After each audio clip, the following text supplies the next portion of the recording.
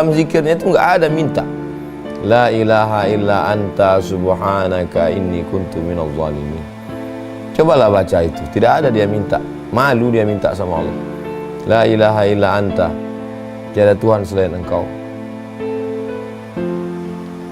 Subhanak, engkau maha suci. Inni kuntu minadh dhalimin, aku termasuk orang yang zalim. Nabi Ayub alaihissalam nggak ada berdoa, ya Allah sembuhkan aku. Malu dia minta sama Allah. Apa kata dia? Rabbi anni massani ad-durru, aku kena penyakit ya Allah. Wa anta arhamur rahimin, engkau maha penyayang di antara yang sayang.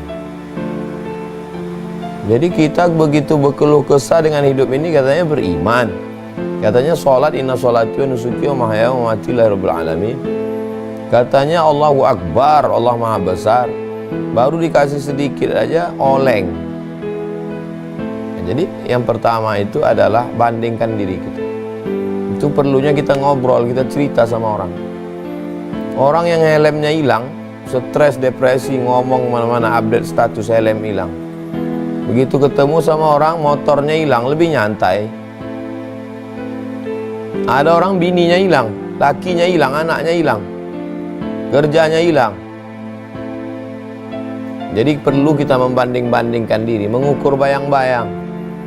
Jadi jangan kalau kita kena keterpurukan, usaha hancur, bisnis nggak jalan, lalu kemudian kita mengurung diri, berhenti sendiri, stres, depresi, minum racun, mati. Tetap sholat ke masjid berjamaah, dengarkan tausiah, ceramah, ngobrol. Mungkin ada orang yang dibukakan Allah pintu hidayah, tahu dia ujian kau ini belum ada apa-apanya.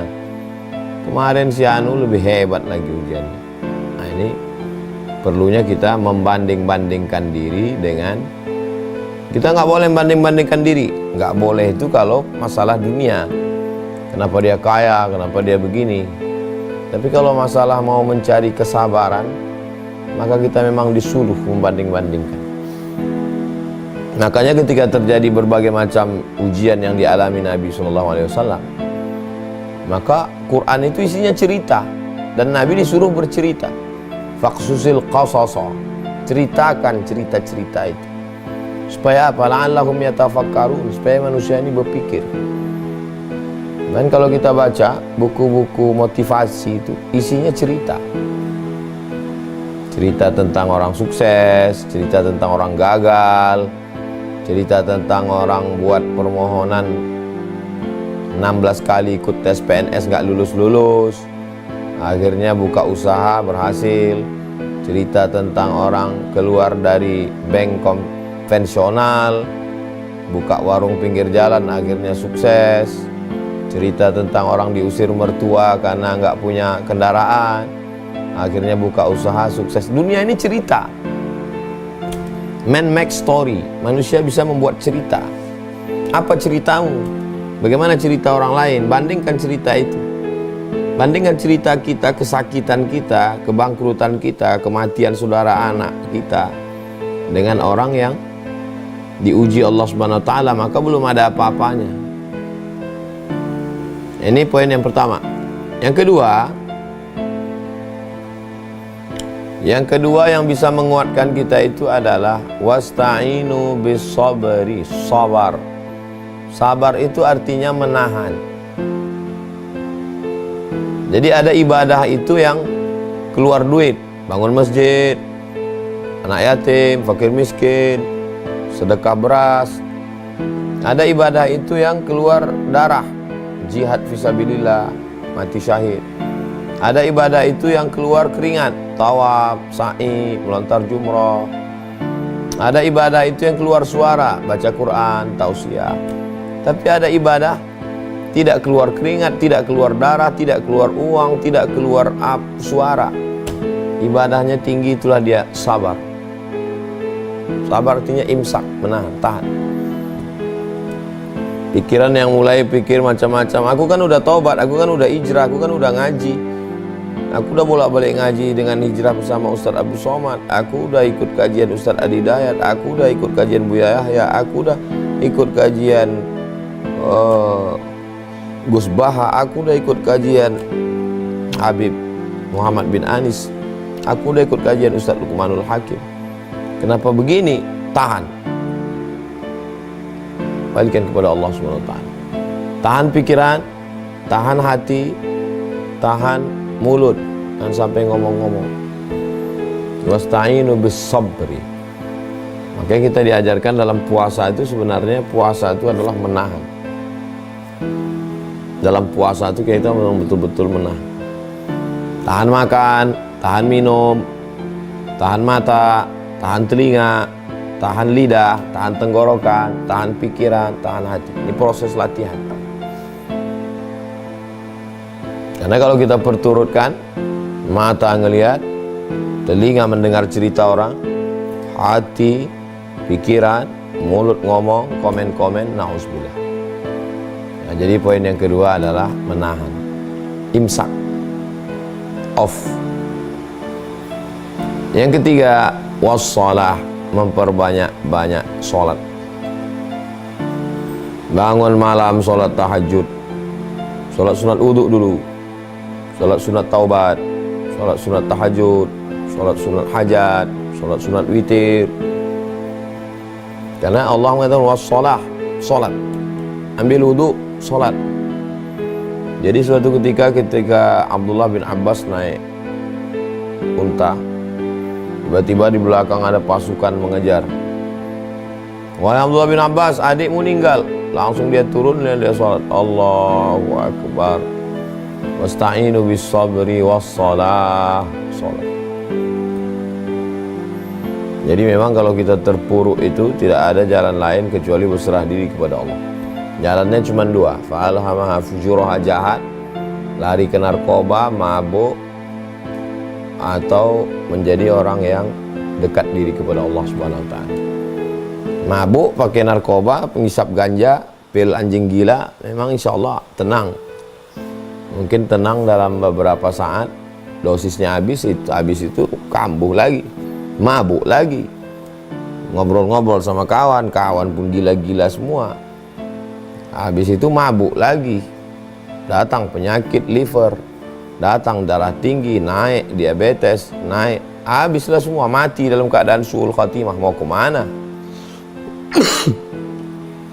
Memangnya dengan kematian masalah hidup selesai? Mati tidak menyelesaikan masalah. Kalau mati menyelesaikan masalah, cukuplah dengan harakiri, ambil pedang, tusukkan ke jantung, mati, selesai. Orang yang stres menghadapi keterpurukan, dia ambil samurai, dia tusukkan ke jantungnya, berarti nanti di akhirat dia akan menusukkan api neraka ke jantungnya, khalidan mukhallada fiha abada, kekal selamanya. Orang yang stres menghadapi hidup ini gak kuat, diminumnya racun, mati, dianggapnya istirahat, selesai. Di akhirat dia akan meminum api neraka, khalidan mukhallada fiha abada, kekal selamanya. Orang yang gak tahan dengan keterpurukan hidup ini, stres, depresi, melompat dari gedung lantai 100 kondominium, jatuh ke bawah, mati. Dianggapnya selesai dengan mati. Tidak selesai. Masuk dalam neraka, khalidan mukhallada fiha abada, kekal selama-lamanya. Hadis sahih. Jadi bagaimana caranya? Tempelkan keningmu ke lantai, berbisik kau ke tanah. Subhana rabbiyal a'la wa bihamdi, subhana rabbiyal a'la wa bihamdi, subhana rabbiyal a'la wa bihamdi. Wajjahtu wajhiya lilladzi fatara as-samawati wal arda hanifan musliman wa ma ana minal musyrikin. Inna salati wa nusuki wa mahyaya wa mamati lillahi rabbil alamin, la syarika lahu wa bidzalika umirtu wa ana minal muslimin. Tidak ada jalan lain kecuali memperbanyak solat. Tentu saja solat dengan cabang-cabangnya. Solat itu makna lainnya juga adalah doa. Jadi banyak-banyak berdoa. Solat itu juga di dalamnya ada tasbih, ada zikir. Subhana rabbiyal a'la, subhanallah walhamdulillah wa la ilaha illallah wallahu akbar, Allahu akbar, Allahu akbar, Allahu akbar, Allahu akbar, Allahu akbar. Jadi bukan hanya sekedar solat, tapi juga yang sepaket dengan solat. Ada baca Quran, ada zikir. Wasta'inu bis sabri was salah, minta tolonglah kepada Allah dengan sabar. Lalu kemudian solat. Terbanyak solat sunat, solat duha, solat tahajud, solat awabin, solat isyraq, solat hajat, solat mutlak, solat sunat tasbih. Minta tolong kepada Allah Subhanahu wa taala. Makanya kata Nabi, arihna arihna ya Bilal. Ujian hidup ini sangat berat, maka buat kami tenang, buat kami istirahat. Arihna ya Bilal. Maksud Nabi kepada Bilal, arihna, segera iqamat. Allahu Akbar, Allahu Akbar, asyhadu an la ilaha illallah. Supaya kalau segera iqamat, sholat, maka beban hidup ini jadi ringan. Di saat sholat itulah kita mengadukan semuanya kepada Allah. Inna salati wa nusuki wa mahyaya wa mamati lillah. Baca pula ayat yang kebetulan ayat itu menguatkan kita.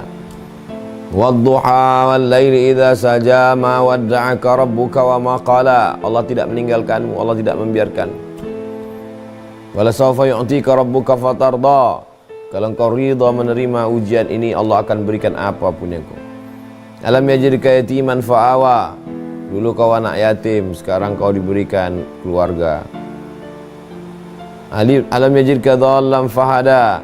Dulu kau tidak tahu jalan, sekarang Allah sudah beri jalan, kau hijrah. Fa ammal yatima fala taqhar, wa ammas sa'ila fala tanhar, wa amma bi ni'mati rabbika fahaddits. Itu menguatkan kita semua itu. Bacalah Al-Quran seakan-akan Al-Quran itu diturunkan kepadamu. Maka saat membaca Quran itu, pembenci-pembenci, musuh-musuh, haters, inna syani'aka huwal, inna a'tainakal kautsar, kami sudah berikan kepada engkau nikmat yang besar.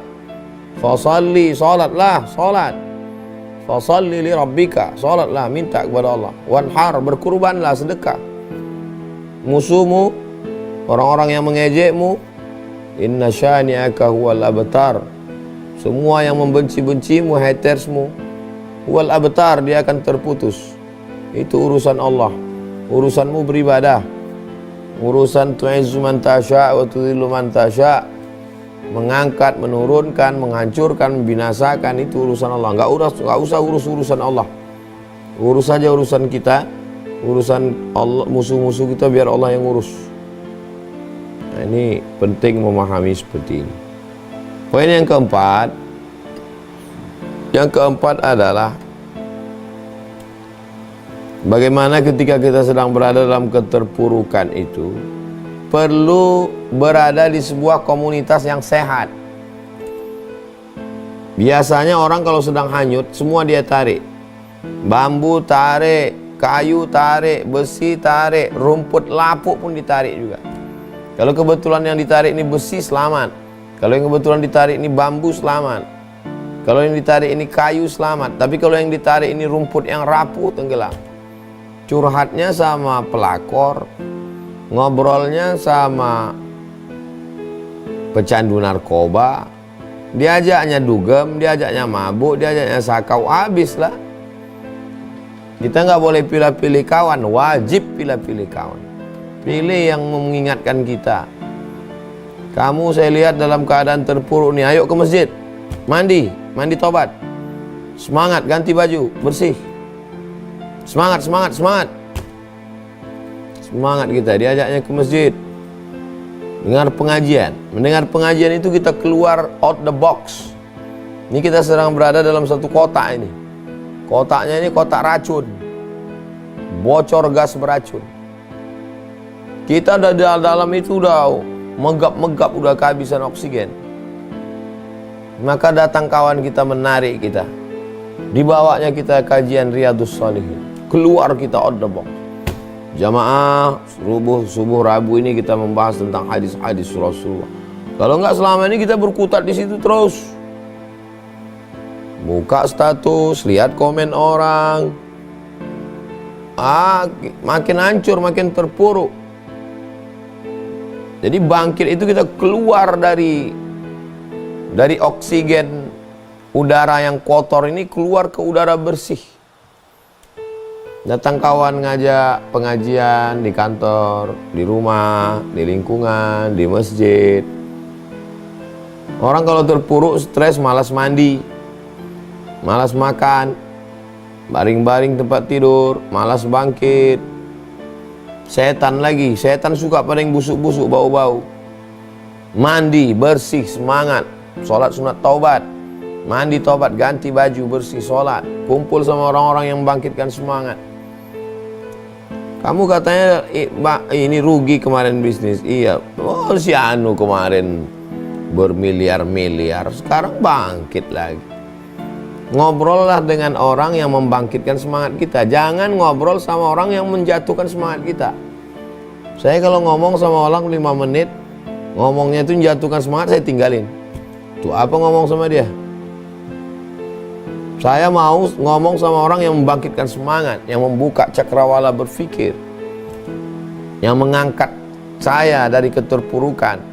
Ini badan kita ini sedang ditarik oleh pasir bergerak ini, narik terus ke bawah. Maka kita mesti semangat. Seperti Nabi SAW menyelamatkan Abu Bakar Siddiq. La tahzan, jangan sedih, jangan takut, jangan cemas. Innallaha ma'ana, Allah bersama kita. Pertama, bandingkan diri kita bahwa ujian yang diterima Nabi, Rasul, wali-wali, orang-orang soleh, belum ada apa-apanya ujian kita. Yang kedua, tahan. Setelah merenung sejenak, tahan. Lalu kemudian sholat. Setelah selesai sholat, gabung dengan kawan-kawan yang satu circle yang sehat pikirannya, sehat cara dia berpikir. Kemudian yang terakhir adalah ada harapan, ada ide, ada kreasi, ada program ke depan. Jadi jangan bawaannya mau mati aja. Nabi SAW, la tuftahannal Konstantinia, kamu akan membebaskan Konstantinopel. Padahal waktu itu di tengah keterpurukan. Nabi SAW mengatakan kamu akan membebaskan Romawi, kamu akan membebaskan Yaman, kamu akan membebaskan negeri Syam, kamu akan menguasai dunia. Fa idza faragta fansab. Kalau selesai dari satu aktivitas, buka aktivitas baru. Tapi jangan sombong. Wa ila rabbika farghab. Berharapnya, memintanya kepada Allah Subhanahu wa ta'ala. Jadi itu 5 poin. Itu 5 poin obat bagaimana supaya kita bangkit.